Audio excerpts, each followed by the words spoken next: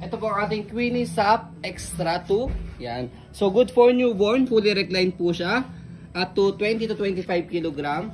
Ayan, okay? So already clean and sanitized na po ito. Yan, compact folding po siya, good for newborn. Okay? Dahil higang-higa po siya. Okay, again up to 20 to 25 kg. So ito po yung setup niya kapag naka-reverse. Okay, reversible po siya. Ayan, okay?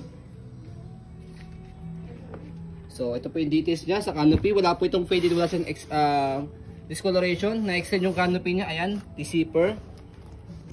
Okay. Color gray. Okay. And then, next natin, yung kanyang harness. Harness pad, belt lock. Wala po siyang putol. Ayan. Okay. And then, as you can see, may tatlong butas for newborn, toddler, and kids. Depende sa laki ng baby po ninyo. Okay. So, dito siya, ina-adjust. Slide. Dito. Slide yung maliit and then press. Pag i-adjust ko siyang semi-reclined. Pag nakaupo, si baby na. Yan. Naupo pa yung darling. Yan. O ganyan pa? Yan na. Yan lang yung kanyang semi-reclined kapag ka naka-reverse.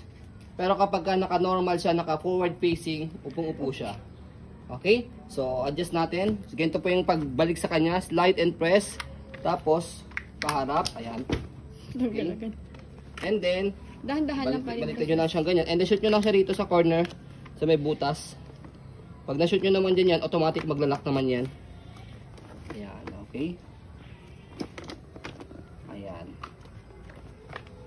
Okay. So, ito yung higa niya. Pagka naka-forward facing. Ayan, okay. And then, yung kanyang upo. Pagkakaupo as toddler.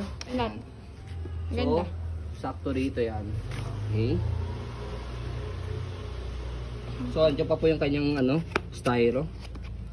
Ayan kanyang gulong sa harapan.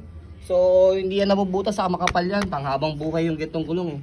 Oh, ang ganda po ng gulong ng Queenie. Tapos hindi yan madilaw oh. Kasi ang use kasi actually, naninilaw yan pagkatagalan. So, aluminum yung kanyang body frame. Ayan, kaya medyo talaga may kamahalan si Queenie SAP. Yan yung frame. Ito yung, iga mga to daddy, papata ko yung frame nito. Yan, para wala na silang question. Ayan yung frame dito sa side. Yan. Ganda pa ng frame. Hindi siya masyadong ma-scratch. Very minimal. Okay pa yung logo. Kabilang wheels. Kapal. Anong ganda ng wheels? Kabilang frame pareto style. Ang ganda niya. Wait. Kabila.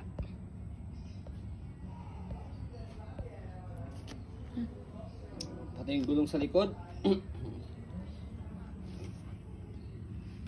Wala kayo magiging problema sa gulong. Stopper, ayan. Sa color gray, ayan, naka-go. Color red, stop. Ayan. Okay, and then yung kanyang basket. Ayan. Ayan. So, stroll muna natin to make it sure na wala siyang problem regarding sa kanyang mechanism. Ayan. Okay. So, next natin sa pag-fold po sa kanya, meron siyang number para hindi po kayo mahirapan. So, ayan, 1 and 2. Okay? Press nyo lang po yan, forward paharap. Ayan, okay? So, next natin, ito yung kanyang canopy. So, pwede nyo, by the way, unahin muna yung kanyang canopy. Unahin muna yung kanyang canopy. Ito, slide and press muna. Slide and press. Ayan, and then, 1 and 2. Ayan. Okay. So, next natin 3 and 4. So, 3 and 4 means forward dito, 3. Tapos, 4, baba. Baba. Ayan. Tapos, sa kanya po siya pupush.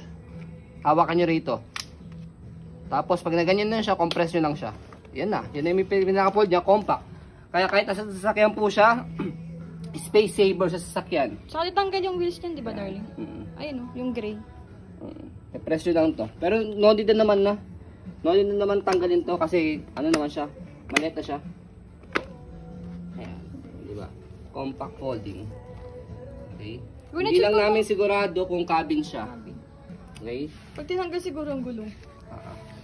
Okay, pero compact yung pagkaka-fold niya. And then next natin sa pag-open sa kanya, ayan. Same lang din, 1 and 2, pe-press nyo lang siya rito. 1 and 2, tapos bubukan nyo lang siya. Ayan. Ayan, mag-snap naman siya pagka nakalock na siya. Tapos ito, wala kayong ibang pipindutin dito, bubukan nyo lang siyang ganyan. Ayan. Tapos iaangat nyo siyang ganyan. So kapag naangat nyo na siyang ganyan, ito, hihilayin nyo lang siya. Walang pipress. Wala kayong pipindutin dito, hihilayin nyo lang siya. Mag-automatic lock yan. Yun. Pwede na. So, ready to use na. Ganun lang. Hindi kayo mahihirapan sa pag-open sa kapag-food kasi may guide naman po siya. Ayan. Tapos ito, by the way, baka makalimutan nyo, mag-automatic straight naman to. So, ayan po, as you can see, very details po kami sa aming pag-video kasi ang aming shop policy, no refund, no exchange, what you see is what you get. So, po maraming salamat. Have a nice day and God bless po.